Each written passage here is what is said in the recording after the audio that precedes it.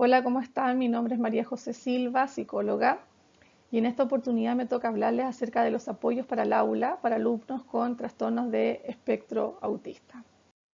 Para comenzar, tenemos que pensar en aquellos desafíos que se nos presentan en el aula para asegurar la participación y el proceso de aprendizaje de alumnos que tienen un trastorno de espectro autista. Tenemos que pensar en las metodologías y adecuaciones que tenemos que implementar, en la diversidad que tenemos dentro del aula, considerando que cada alumno es único e irrepetible, cómo asegurar que los aprendizajes y los contenidos lleguen a los alumnos y puedan adquirirlos, y cómo lograr efectivamente la inclusión dentro del aula. Para ello, vamos a revisar algunas estrategias didácticas en estos siguientes aspectos, con el fin de que ustedes también tengan algunas orientaciones concretas y algunas ideas respecto de cómo hacer factible lo que veníamos diciendo. En cuanto a la estructuración de las actividades, es muy importante recordar al inicio de la actividad las acciones esperadas. Por ejemplo, que hay que sacar el estuche, que hay que guardar los cuadernos, ponerse el delantal, elegir los materiales, etc. La presentación de las actividades, el por qué y el para qué también es muy importante. Determinar claramente los tiempos de trabajo, el inicio, el desarrollo y el fin. Delimitar los pasos a seguir en las actividades a desarrollar. Determinar el objetivo esperado de la actividad y determinar los materiales necesarios a utilizar durante el desarrollo de las actividades. Estructuración del tiempo. Expresar de forma clara lo que se debe realizar en cada momento es sumamente importante, haciendo referencia al lugar y el tiempo en que debe desarrollarse. Y aquí los horarios, los calendarios y las agendas visuales son muy importantes de implementar. Utilizar el reloj como una forma de regular y organizar las acciones también. Por ejemplo, establecer objetivos de trabajo cada 15 o 20 minutos y luego revisar y establecer también tiempos de descanso luego de ello. Adecuación de la información. Utilizar siempre un lenguaje claro y simple. Incluir apoyo visual cada vez que sea necesario para asegurar la comprensión de la información.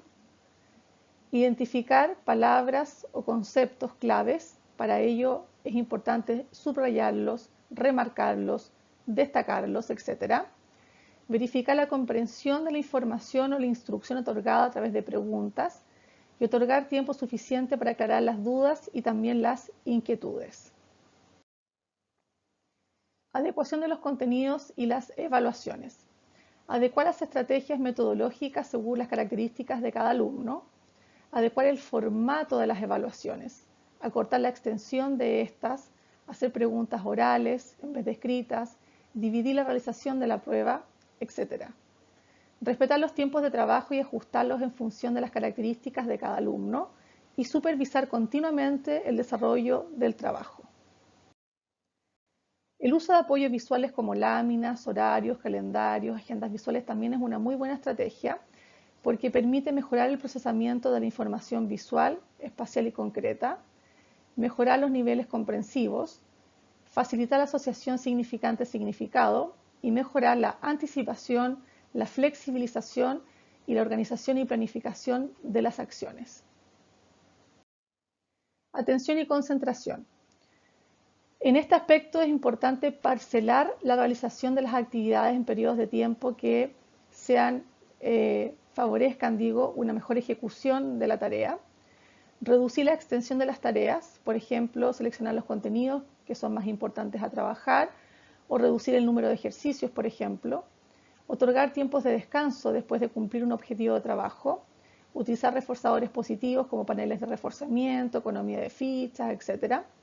Considerar los intereses de cada alumno en el momento de presentar las actividades y contenidos y considerar la funcionalidad de las actividades.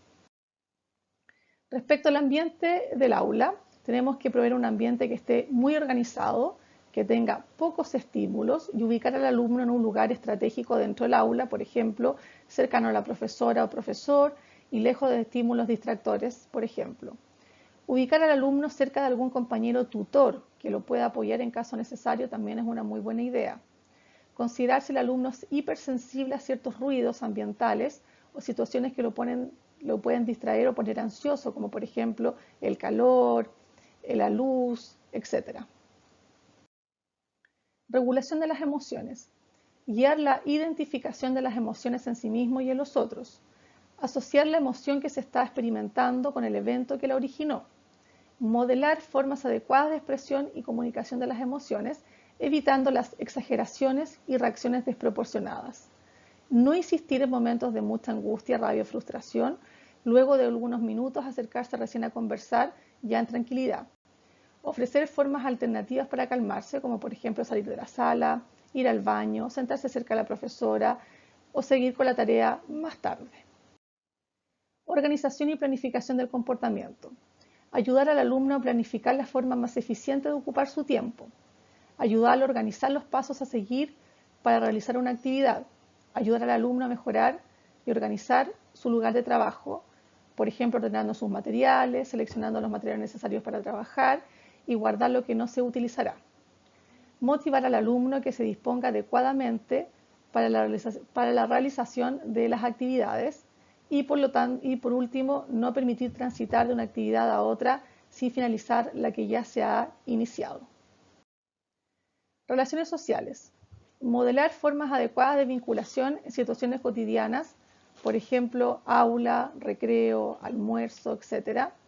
Guiar explícitamente respecto de la forma adecuada de establecer vínculo con otras personas, por ejemplo, cómo solicitar ayuda, cómo jugar con pares, cómo saludar, qué responder, etc. Explicitar formas poco adecuadas de interacción, guiar la comprensión de las reglas de los juegos, de las bromas, de los dobles sentidos, desarrollar habilidades pragmáticas como los turnos de palabra, el contacto visual, el volumen de voz, el espacio interpersonal, entre otras.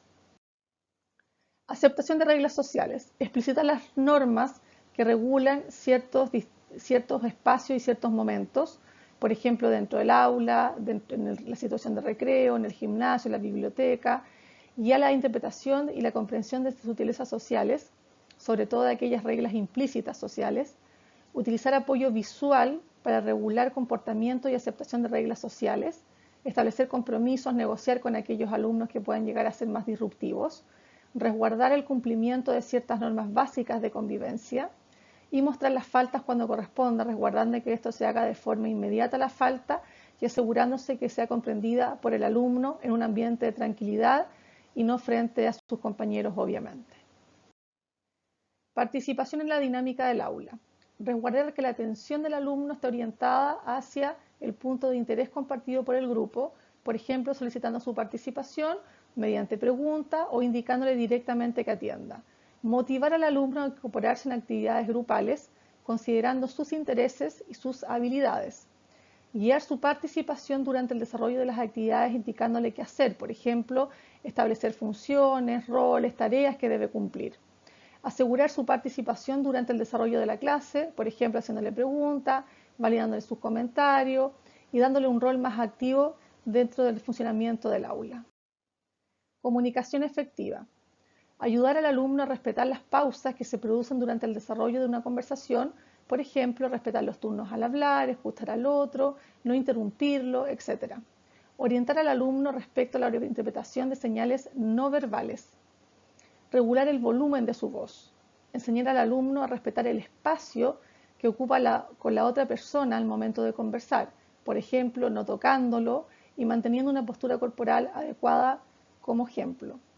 Resguardar que los comentarios y preguntas sean atingentes al contexto conversacional y finalmente ayudar al alumno a seguir el curso de la conversación señalando claramente los cambios de tema. Finalmente, algunas reflexiones finales. Por ejemplo, que el trabajo colaborativo, colegio, familia, profesional es fundamental para poder concretar todo lo que nosotros ya les expuse anteriormente. El respeto por la diversidad y entender que cada alumno es distinto y único. Cómo vencer los propios temores frente a alumnos con necesidades educativas, quizás también con mayor conocimiento y oportunidades de aprendizaje para los profesores. Cómo acercar los contenidos a todos los alumnos, asegurarnos de que las estrategias que estamos usando le puedan servir a todos. El respeto por los estilos de aprendizaje, cada uno aprende de una forma distinta. Y cómo hacer efectiva una educación de calidad e inclusiva. Espero que les haya servido lo que les acabo de comentar. Mucho gusto y nos vemos en otra oportunidad. Adiós.